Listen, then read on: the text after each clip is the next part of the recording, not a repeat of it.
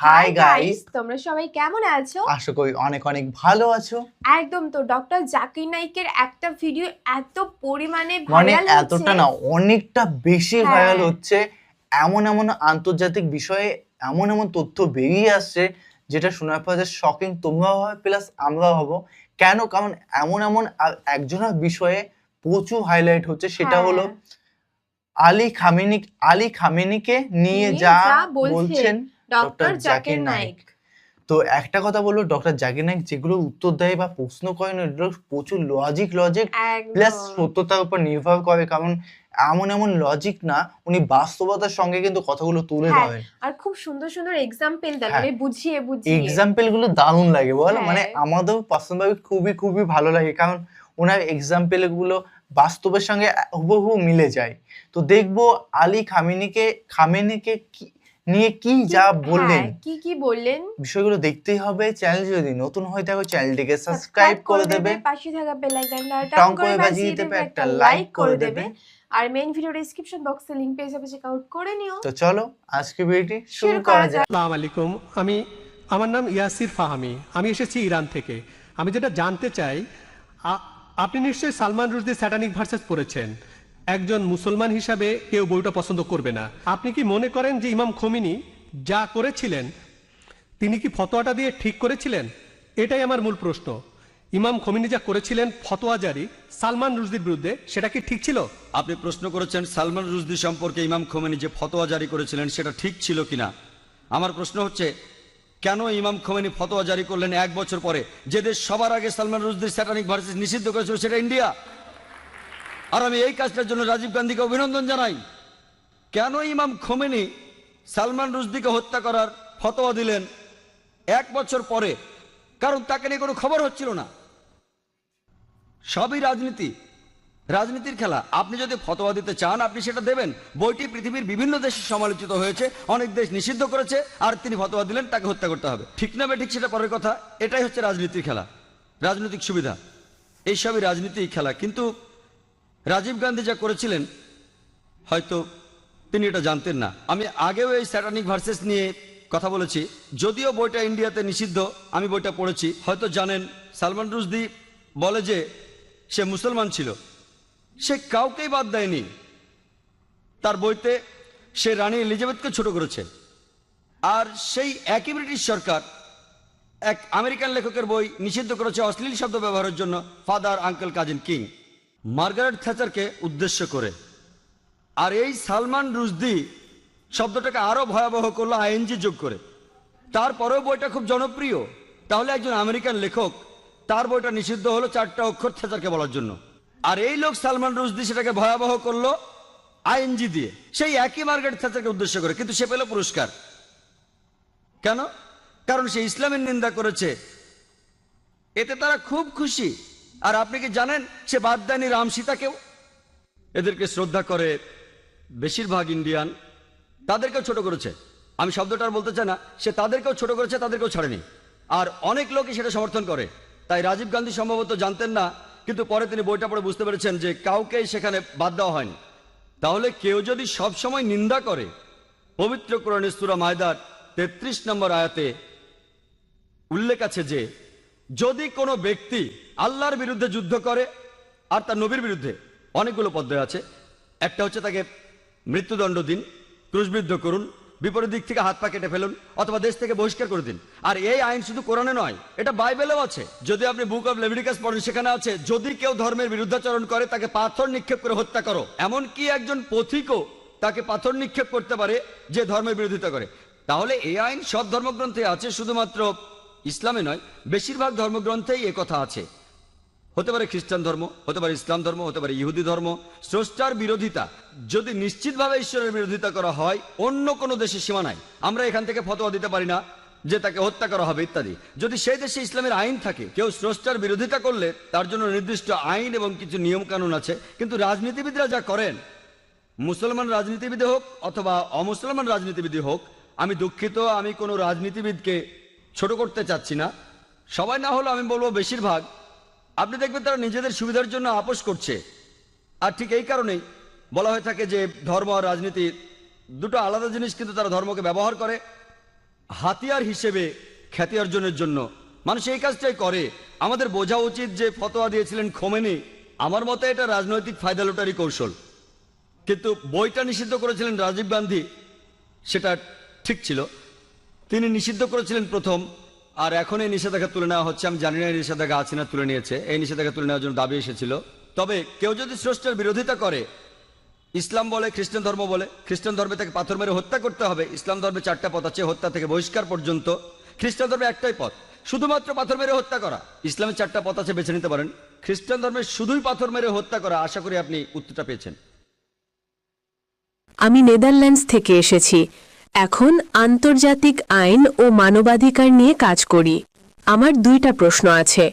প্রথম প্রশ্ন হল, যে কেউ মুসলিম ও ক্যাথলিক পরিবারে বড় হয়েছে এবং নিজের ধর্মীয় পরিচয় নিয়ে বিভ্রান্ত, তাকে আপনি কী পরামর্শ দেবেন? বোন, দয়া করে আপনার নামটা আবার বলবেন, আমি স্পষ্ট শুনতে পাইনি। আমার নাম সোরাইয়া। সুরাইয়া। হ্যাঁ। তাহলে আপনি মুসলিম? আমার বাবার দিক থেকে হ্যাঁ। বোনটি খুব ভালো প্রশ্ন করেছেন। তিনি নেদারল্যান্ডস থেকে এসেছেন এবং বর্তমানে আন্তর্জাতিক আইন ও মানবাধিকার নিয়ে কাজ করছেন। তার 2টি প্রশ্ন ছিল। প্রথম প্রশ্নটি হলো, যদি কেউ মুসলিম ও ক্যাথলিক পরিবারে বড় হয় এবং নিজের ধর্মীয় পরিচয় নিয়ে বিভ্রান্ত থাকে, তাকে আমি কি পরামর্শ দিতে পারি? তাহলে আপনার বাবা মুসলিম ছিলেন? হ্যাঁ। আর আপনার মা খ্রিস্টান ছিলেন? হ্যাঁ, ক্যাথলিক। ক্যাথলিক। তাহলে আপনি আপনার ধর্মীয় পরিচয় নিয়ে কিছুটা বিভ্রান্ত, তাই না? আপনি জানতে চান কি করবেন? হ্যাঁ। আমি আপনাকে বলবো, আপনি ইসলাম আর খ্রিস্টান ধর্ম, 2টো ধর্মের মধ্যে তুলনামূলকভাবে পড়াশোনা করেন। যখন আপনি 2টো ধর্ম ভালোভাবে জানবেন, তখনই দেখবেন কোনটা সত্য, কোনটা বেশি যৌক্তিক। তারপর সেই ধর্মটি গ্রহণ করেন যেটা আপনার কাছে বেশি সঠিক মনে হবে। ঠিক আছে। আপনি এমন একটা অবস্থানে আছেন যেখানে আপনার বাবা একজন মুসলিম এবং আপনার মা একজন ক্যাথলিক। হ্যাঁ। আপনার বাবা কি নামাজ রোজা করতেন, মানে প্র্যাকটিসিং মুসলিম ছিলেন? হ্যাঁ, ছিলেন। তিনি মারা গেছেন? না না, এখন বেঁচে আছেন। তাহলে তিনি আগে প্র্যাকটিস করতেন, এখন আর তেমন করেন না। ঠিক তাই। আর আপনার মা এখনো প্র্যাকটিসিং ক্যাথলিক? হ্যাঁ। মাশাআল্লাহ। তাহলে বুঝতে পারছি যে আপনি হয়তো আপনার মায়ের কাছ থেকে খ্রিস্টান ধর্ম বেশি শিখেছেন, তাই না? না, উল্টোটা। আমি জীবনের বেশিরভাগ সময় বাবার সঙ্গে ছিলাম। তিনি আমাকে ইসলাম সম্পর্কে অনেক কিছু শিখিয়েছেন। মাশাআল্লাহ, খুব ভালো। তাহলে আপনি ইসলামও জানেন, খ্রিস্টান ধর্মও কিছুটা জানেন। আপনি কি কখনো 2 ধর্মের মধ্যে তুলনা করেছেন? হ্যাঁ, করেছি। তাহলে কোনটা আপনার কাছে বেশি ভালো লেগেছে? আমার বাবারটা। মাশাআল্লাহ, আপনার বাবার ধর্ম আপনার ভালো লেগেছে। বোন, একটা বিষয় খুব স্পষ্ট, যদি আপনি মুসলিম হন, তাহলে আপনাকে যীশুখ্রিস্ট আলাইহিসসালাম সম্পর্কে একটুও খারাপ কথা বলতে হবে না। আগেও বলেছি, ইসলামই একমাত্র অখ্রিস্টান ধর্ম যা যীশুখ্রিস্টে বিশ্বাস করাকে বিশ্বাসের একটি মৌলিক স্তম্ভ বলে গণ্য করে। বোন, আমি আরো জানতে চাই যে আপনি নিজেকে মুসলিম মনে করেন, খ্রিস্টান মনে করেন, নাকি 2 ধর্মের মিশ্র ভাবেন? আমি আমার পারিবারিক পটভূমি ব্যাখ্যা করেছি, কারণ আমি মনে করি যদি আমি কোনো এক ধর্মে নিশ্চিত হই, তাহলে আমি ব্যর্থ হব। ওহ, আপনি মনে করেন যদি কোনো এক ধর্মে নিশ্চিত হন তাহলে আপনি ব্যর্থ হবেন? ঠিক তাই। তাহলে বোন, আমার বিশ্লেষণ হলো, আপনি ইসলাম বা খ্রিস্টান ধর্ম 2টোর কোনোটাকে আসলে ভালোভাবে জানেন না। ঠিক আছে। কারণ যদি আপনি সত্যিকারই যে কোনো একটাকে ভালোভাবে জানতেন, তাহলে নিশ্চয়ই একটাকে গ্রহণ করতেন। ঠিক আছে। এটা শুধু আমার বিশ্লেষণ, আমি ভুল হতে পারি, আর আমি আপনার অনুভূতিতে আঘাত দিতে চাই না। না না, ঠিক আছে। তবে আমার মতে, যদি আপনি সত্যিকারের 2টির যে কোনো একটাকে ভালোভাবে জানতেন, তাহলে সেটাতে নিশ্চিত থাকতেন। এখন আসুন আমি বিষয়টা ব্যাখ্যা করি। ইসলামই একমাত্র অখ্রিস্টান ধর্ম যেখানে যীশুখ্রিস্টে বিশ্বাস রাখা ঈমানের একটি অংশ। এখন যদি আপনি খ্রিস্টান হন আর চার্চের শিক্ষা অনুযায়ী চলেন, তাহলে আপনাকে নবী মুহাম্মদ সাল্লাল্লাহু আলাইহি ওয়াসাল্লামে বিশ্বাস করতে হবে না, তাই তো? যদি আপনি আপনার মা যা শিখিয়েছেন সেটাতে অটল থাকেন। হ্যাঁ। সঠিক? হ্যাঁ। তাহলে যদি আপনি একজন কট্টর খ্রিস্টান হন, আপনি বলবেন মুহাম্মদ সাল্লাল্লাহু আলাইহি ওয়াসাল্লামকে মানার দরকার নেই, তাহলে এতে আপনার মুসলিম বাবার কষ্ট হবে, তাই না? হ্যাঁ। আর যদি আপনি একজন অনুশীলনকারী মুসলিম হন, তাহলে আপনার মাকে কষ্ট দিতে হবে না।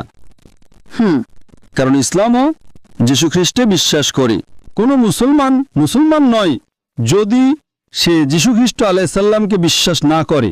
আমরা বিশ্বাস করি যে তিনি ছিলেন আল্লাহর অন্যতম একজন মহান রাসূল।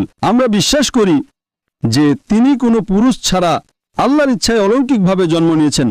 অনেক আধুনিক খ্রিস্টান এটা মানে না, কিন্তু ইসলাম এটা বিশ্বাস করতে বাধ্য করে। আমরা আরও বিশ্বাস করি যে তিনি আল্লাহর অনুমতিতে মৃতদের জীবিত করেছেন, অন্ধ কুষ্ঠরোগীদের সুস্থ করেছেন। আসলে মুসলমানরা কোরআনে যীশু খ্রিস্ট আলাইহিসসালামকে খ্রিস্টানদের বাইবেলের তুলনায় বেশি সম্মান দেয়। আপনার মা কি যীশু খ্রিস্ট আলাইহিসসালামের নাম নেওয়ার পরে বলেন আলাইহিসসালাম? না। আমি বলি ঠিক না? ঠিক। এবং আপনার বাবাও হয়তো বলতেন, তাই না? হ্যাঁ। তাহলে বলুন, কে যীশু খ্রিস্ট আলাইহিসসালামকে বেশি সম্মান করে? ইসলাম। ঠিক বলেছেন। তাই সিদ্ধান্তটা খুব সহজ। যদি আপনি মুসলিম হন তাহলে আপনি কি যীশু খ্রিস্ট আলাইহিসসালামের উপর বিশ্বাস রাখতে হবে। আপনি কি জানেন অনেক খ্রিস্টান আছেন যারা যীশু খ্রিস্ট আলাইহিসসালামে বিশ্বাসই করেন না? হ্যাঁ। তারা যীশু খ্রিস্ট আলাইহিসসালামকে সম্মান করে না। কিন্তু আপনি একজন মুসলমানও খুঁজে পাবেন না যে বলবে আমি যীশু খ্রিস্ট আলাইহিসসালামকে সম্মান করি না। যদি কেউ এমন বলেন তাহলে সে মুসলমানই থাকবে না। আপনি কি এটা জানেন? হ্যাঁ। ঠিক তাই, মুসলিম যীশু খ্রিস্ট আলাইহিসসালামকে অসম্মান করতে পারে না। তার নাম নেওয়ার পর আমাদের বলতে হয় আলাইহিসসালাম।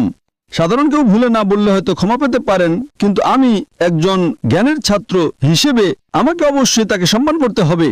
হ্যাঁ। তাহলে দেখুন, ইসলামকে সঠিকভাবে বুঝলে দেখা যায় যে ইসলাম খ্রিস্টান ধর্মের অনেক মূল শিক্ষা ধারণ করে। বেশিরভাগ খ্রিস্টান বিশ্বাস করে যীশু খ্রিস্ট আলাইহিসসালাম নিজেকে ঈশ্বর বলেছেন অথবা তিনি ঈশ্বরের পুত্র, কিন্তু মুসলমানরা এতে একমত না।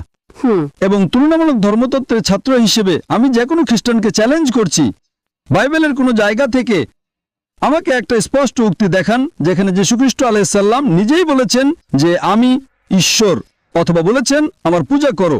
যদি কোনো খ্রিস্টান বাইবেল থেকে এমন একটা স্পষ্ট এবং সুস্পষ্ট বাক্য দেখাতে পারেন, তাহলে আমি ডাক্তার জাকির নায়েক এখনই খ্রিস্টান ধর্ম গ্রহণ করতে প্রস্তুত। আপনি যদি বাইবেল পড়েন, যীশু খ্রিস্ট নিজেই বলেছেন যে আমার পিতা আমার চেয়ে মহান। In Gospel of John chapter number 14 verse number 20. আবার তিনি বলেন Gospel of John chapter 10 verse number 29. আমার পিতা সবার চেয়ে শ্রেষ্ঠ। It's mentioned in the Gospel of Matthew chapter number 12 verse number 28. যীশু খ্রিস্ট বলেন আমি ঈশ্বরের আত্মা দিয়ে শয়তান তাড়াই। In the Gospel of Luke chapter number 11 verse number 20, Jesus Christ peace be upon him says, আমি ঈশ্বরের আঙুল দিয়ে শয়তান তাড়াই। it's mentioned in the Gospel of John chapter number 5 verse number 30. যীশু খ্রিস্ট স্পষ্ট বলেন আমি নিজে থেকে কিছুই করতে পারি না, যেমন শুনি তেমনি বিচার করি। আমার বিচার ন্যায়, কারণ আমি নিজের ইচ্ছা নয় বরং যিনি আমাকে পাঠিয়েছেন তার ইচ্ছা অনুসরণ করি। যদি কেউ বলে আমি নিজের ইচ্ছা নয় বরং সর্বশক্তিমান ঈশ্বরের ইচ্ছা অনুসরণ করি, তাহলে সে একজন মুসলিম। অতএব যীশু খ্রিস্ট নিজেই বাইবেলে বলেছেন যোহান 5:30 অনুযায়ী যে তিনি এক অর্থে মুসলিম, অর্থাৎ আল্লাহর ইচ্ছার প্রতি আত্মসমর্পণকারী। It's mentioned in the Gospel of Matthew chapter number 5 verse number 17-20. Jesus Christ peace be upon him says, তিনি বলেন মনে করো না যে আমি আইন বা নবীদের ধ্বংস করতে এসেছি। আমি ধ্বংস করতে আসিনি, বরং পূর্ণ করতে এসেছি। যে কেউ আদেশ ভঙ্গ করবে আর মানুষকে তা শেখাবে তাকে স্বর্গে ক্ষুদ্রতম বলা হবে, আর যে আদেশ মানবে আর মানুষকে মানাতে শেখাবে স্বর্গে মহান বলা হবে। তিনি আরো বলেন যদি তোমাদের ধার্মিকতা পণ্ডিত ধর্মপ্রাণ লোকের চেয়ে বেশি না হয় তবে তোমরা স্বর্গে প্রবেশ করতে পারবে না। এই কথাগুলো বাইবেলের কিং জেমস ভার্সনে লালক্ষরে লেখা, অর্থাৎ যীশু খ্রিস্টের নিজ মুখের কথা। it's mentioned in the Gospel of John chapter number 14 verse 24. Jesus Christ peace be upon him says, তোমরা যে কথা শুনছো তা আমার নয় বরং যিনি আমাকে পাঠিয়েছেন আমার পিতার। it's mentioned in the Gospel of John chapter number 17 verse number 3. তুমি একমাত্র সত্য ঈশ্বর এবং যীশু খ্রিস্ট যাকে তুমি পাঠিয়েছো। It's clearly mentioned in the book of Acts chapter number 2 verse number 21. হে ইসরায়েলের লোকেরা শোনো, নাসরাতের যিশু একজন মানুষ যাকে আল্লাহ তোমাদের মাঝে পাঠিয়েছেন অলৌকিক কাজ ও নিদর্শনের মাধ্যমে। অর্থাৎ যীশু খ্রিস্ট ছিলেন আল্লাহর নবী যার মাধ্যমে আল্লাহ অলৌকিক কাজ করিয়েছেন। তাই যদি আপনি ইসলাম গ্রহণ করেন আপনাকে যীশু খ্রিস্টকে ভালোবাসতে হবে এবং শ্রদ্ধা করতে হবে। ঠিক আছে। এখন যদি যে যীশু খ্রিস্টের শিক্ষা মেনে চলে তাহলে আমি বলবো একজন সত্যিকারের মুসলিম একজন খ্রিস্টানের চেয়ে অনেক বেশি খ্রিস্টান। কারণ বাইবেলে বলা হয়েছে In the book of Proverbs, chapter number 20, verse number 1. যে অ্যালকোহল একজন উপহাসকারী। In the book of Ephesians, chapter 15, verse number 8. এতে বলা হয়েছে মদ পান করো না। বেশিরভাগ মুসলিম মদ পান করেন না, কিন্তু খ্রিস্টানদের মধ্যে অনেকেই এটা করেন। বাইবেলে উল্লেখ করা হয়েছে যে যীশুখ্রিস্টের অষ্টম দিনে খতনা করা হয়েছিল, কিন্তু খ্রিস্টানদের মধ্যে কেউ সেটা পালন করেন না। অন্যদিকে মুসলিমরা সবাই এটা পালন করেন। It's mentioned in the book of Leviticus, chapter number 11, verse number 7. In the book of Deuteronomy, chapter number 14, verse number 8. In the book of Isaiah, chapter number 16, verse number 2. যে শূকরের মাংস খেও না, কিন্তু বেশিরভাগ খ্রিস্টানই শূকরের মাংস খান, আর মুসলিমরা তা একেবারেই খান না। তাহলে বলুন, যীশুখ্রিস্টের শিক্ষা কে বেশি অনুসরণ করছে, মুসলিমরা না খ্রিস্টানরা? তাই যদি আপনি ইসলামের শিক্ষা অনুসরণ করেন, তাহলে বাস্তবে আপনি যীশুখ্রিস্টের সত্যিকারের অনুসারী হচ্ছেন। আর হয়তো আপনার মা প্রথমে অসন্তুষ্ট হতে পারেন, কারণ তিনি জানেন না। তখন আপনি বলতে পারেন, মা, আমি একজন ডাক্তার জাকির নায়েকের লেকচারে গেছিলাম, তিনি বললেন, মা, আপনি কি অ্যালকোহল পান করেন? বাইবেল বলে করো না। আপনি কি শূকরের মাংস খান? বাইবেল বলে খেও না। You know, it's mentioned in the book of Deuteronomy, chapter number 22, verse number 5. যে নারী যেন পুরুষের পোশাক না পরে, পুরুষে যেন নারীর পোশাক না পরে। It's mentioned in the 1 Timothy, chapter number 2, verse number 9. নারীদের উচিত শালীন পোশাকে সংযতভাবে নিজেদের সাজানো, সোনা গয়না বা বিলাসী পোশাকে নয়। আপনি কি মাদার মেরির ছবি দেখেছেন? হ্যাঁ তার মাথা ঢাকা ছিল কিনা? হ্যাঁ। তো মাদার মেরি কি মুসলিমদের মতো নাকি আপনার মা মুসলিমদের মতো? মেরি। আপনি জানেন কোরআনে মারিয়াম নামে একটি সম্পূর্ণ অধ্যায় আছে, এবং কোরআন মরিয়ামকে উল্লেখ করে। It's mentioned in Surah Imran, chapter 3, verse number 42. وَإِذْ قَالَ الْمَلَائِكَةُ يَا مَرْيَمُ إِنَّ اللَّهَ اصْطَفَاكِ وَطَهَّرَكِ وَاصْطَفَاكِ نِسَاءَ الْعَالَمِينَ। কোরআন মা মেরিকে সকল জাতির নারীদের ওপরে বলে অভিহিত করে। তো কে মা মেরিকে বেশি সম্মান করছে, বাইবেল নাকি কোরআন? কোরআন। তো আপনি কাকে অনুসরণ করবেন, বাইবেল নাকি কোরআন? কোরআন। তো আপনি কেন কোরআন অনুসরণ করছেন না? জি। আমি আপনাকে বলছি, অন্তত সেই আয়াতগুলো অনুসরণ করুন যা আপনি দেখেন। আমি আপনাকে একটা সমাধান দেব বোন, ঠিক আছে? সমাধান, খুব ভালো সমাধান, যা কেউ আপত্তি করতে পারবে না। আপনার বাবা মায়ের কাছে যান এবং বলুন যে ঠিক আছে, আমি সেটা অনুসরণ করব যা সাধারণ। যা ভিন্ন হয় সেটা আমরা কালকে আলোচনা করব, ঠিক? হ্যাঁ হ্যাঁ। আমরা যা সাধারণ তা অনুসরণ করি। বাইবেল বলে শূকরের মাংস খেও না, কোরআন বলে শূকরের মাংস খেও না। আমরা শূকরের মাংস খাই না। বাইবেল বলে অ্যালকোহল পান করো না, কোরআন বলে অ্যালকোহল পান করো না। আমরা অ্যালকোহল পান করি না, ঠিক? সঠিক। তো অন্তত আসুন, বাইবেল বলে মাথা ঢাকতে, কোরআন বলে মাথা ঢাকতে।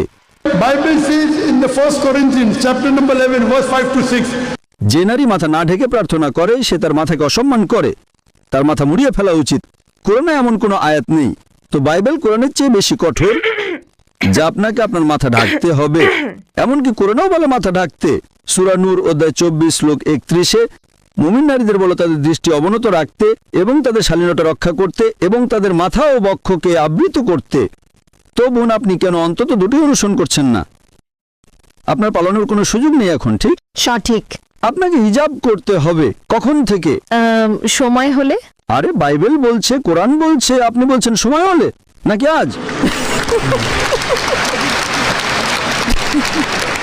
হয়তো আপনাকে একটা কিনতে হবে। আপনি কিভাবে বলছেন সময় হলে? আমি আপনাকে রেফারেন্স দিচ্ছি। আজ থেকে আপনাকে আপনার মাথা রাখতে হবে। আপনাকে অ্যালকোহল পান করতে হবে না, আপনাকে শূকরের মাংস খেতে হবে না, আপনাকে নামাজ পড়তে হবে। আমি লেকচারে বলেছিলাম, ঠিক? আমি লেকচারে বলেছিলাম যে সিজদার ক্ষেত্রে It's mentioned in the Gospel of in the book of Genesis, chapter number 17, verse number 3. যে আব্রাহাম তার মুখের উপর উপুর হয়ে ঈশ্বরের কাছে প্রার্থনা করলেন। It's mentioned in the book of Numbers, chapter number 20, verse number 6. যে মুশি এবং হারুন তারা মুখের উপর হয়ে গেল ঈশ্বরকে উপাসনা করতে। It's mentioned in the book of Joshua, chapter number 15, verse number 4. যে যোশুয়া তার মুখের উপর উপর হয়ে ঈশ্বরকে উপাসনা করলেন। It's mentioned in the Gospel of Matthew, chapter number 26, verse 39. যে যীশু খ্রিস্ট তার উপর শান্তি বর্ষিত হোক গেতসেমানির বাগানে 2-3 কদম এগিয়ে গেলেন, মুখের উপর উপর হলেন, উপাসনা করলেন। তো যীশু খ্রিস্ট যখন সিজদায় আছেন, বাইবেলে উল্লেখ আছে এমনকি নামাজের জন্য আপনাকে সিজদা করতে হবে, ঠিক না ভুল? সঠিক। কিন্তু খ্রিস্টানরা সাধারণত সিজদা করে না। তো আপনাকে অন্তত বাইবেল এবং কোরআনে যা সাধারণ তা অনুসরণ করতে হবে, যা ভিন্ন তা আমরা কালকে আলোচনা করতে পারি। আপনাকে আপনার বাবা মা দুজনকেই সন্তুষ্ট করতে হবে প্রথমে, এবং তারপর আপনি আল্লাহকে সন্তুষ্ট করেন। প্রথমটা হলো আল্লাহকে সন্তুষ্ট করা, কিন্তু আমার সমাধান হলো অন্তত যা সাধারণ তা প্রথমে অনুসরণ করেন, যা ভিন্ন তা আমরা কালকে আলোচনা করতে পারি। যদি আপনার মা বলেন যে না না না এটা চার্চের শিক্ষা নয়, আপনাকে বাইবেল অনুসরণ করতে হবে, চার্চকে নয়। ঠিক? সঠিক। বাইবেল খ্রিস্টান ধর্ম অনুযায়ী ঈশ্বরের বাণী, চার্চের কথা নয়। সুতরাং আগে মিলের জায়গাগুলো মেনে চলি, পার্থক্যগুলো নিয়ে পরে কথা বলতে পারি। তো সাধারণ বিষয় হলো আপনাকে যীশুখ্রিস্টকে বিশ্বাস করতে হবে যে যীশুখ্রিস্ট তিনি নিজেকে কখনো ঈশ্বর বলেননি। আপনাকে বিশ্বাস করতে হবে না যে তিনি ঈশ্বর। তারপর আপনাকে জানতে হবে যীশুখ্রিস্ট তার উপর শান্তি বর্ষিত হোক। In the Gospel of John, chapter number 16, verse number 11 to 14, আমার তোমাদের বলার অনেক কিছু আছে, কিন্তু এখন তোমরা তা সহ্য করতে পারবে না। যখন সত্যের আত্মা আসবে তখন সে তোমাদের সব সত্যের পথে পরিচালিত করবে। তিনি হযরত মুহাম্মদ সাল্লাল্লাহু আলাইহি ওয়াসাল্লামের কথা বলছেন। যদি আপনার পড়শি সময় থাকে আমি মালাঙ্গে একটা বক্তৃতা দেব হযরত মুহাম্মদ সাল্লাল্লাহু আলাইহি ওয়াসাল্লাম এবং বিভিন্ন ধর্মগ্রন্থে। তো যদি আপনি এটা অনুসরণ করেন, আপনাকে হযরত মুহাম্মদ সাল্লাল্লাহু আলাইহি ওয়াসাল্লামকে বিশ্বাস করতে হবে। আপনার কোনো পছন্দ নেই, তবে আশা করি ইনশাআল্লাহ বোন খুব শীঘ্রই আপনি একজন প্র্যাকটিসিং মুসলিম হবেন এবং একজন প্র্যাকটিসিং খ্রিস্টান হবেন। কারণ যদি আপনি প্র্যাকটিসিং মুসলিম হন, তাহলে যদি আপনি কোরআন এবং নবীর শিক্ষা অনুসরণ করেন, তাহলে খ্রিস্টানদের চেয়ে ভালো প্র্যাকটিসিং মুসলিম হবেন। আশা করি প্রশ্নের উত্তরটা পেয়েছেন বোন। ঠিক আছে, আপনাকে অনেক ধন্যবাদ। আজকের লেকচারটা খুবই বেশ ভালো লাগলো, এবং একদম। একটা কথাই বলবো, অনেকে কিন্তু কমেন্ট করে জানাও যে ডক্টর জাকির নায়েকের ভিডিও আসে না কেন। তো ডক্টর জাকির নায়েকের ভিডিও আমরা চেষ্টা করছি যে বেশি করে দেওয়া, কারণ একদম। অনেকেই কিন্তু পছন্দ করে ডক্টর জাকির হ্যাঁ। নায়েকের ভিডিও। আর চেষ্টা করছি প্রত্যেকটা হুজুরের হাইলাইট যেই ভিডিওগুলো তোমরা রিকোয়েস্ট করছো বা রিকোয়েস্ট আসছে, সেগুলো কিন্তু বেশি হাইলাইট করে আনার ভিডিওগুলো চেষ্টা করব। আর তোমাদের রিকোয়েস্ট রাখবো না, সেটা হতেই পারে না। তো তোমাদের কেমন লাগলো আজকের ভিডিওটি এবং কি ধরনের ভিডিও রিঅ্যাকশন চাই সেটাও কমেন্টে জানিয়ে দিও। আর লিঙ্কও পাঠাতে পারো, আমাদের হ্যাঁ। সোশ্যাল মিডিয়ার লিঙ্ক আছে, সেখানে পাঠাতে পারো। আমাদের ভালো হবে ভিডিওগুলো খুঁজতে। তো চলো গাইস, নতুন একটা ফ্রেশ ভিডিওতে দেখা হবে। Bye bye, take take care. Care.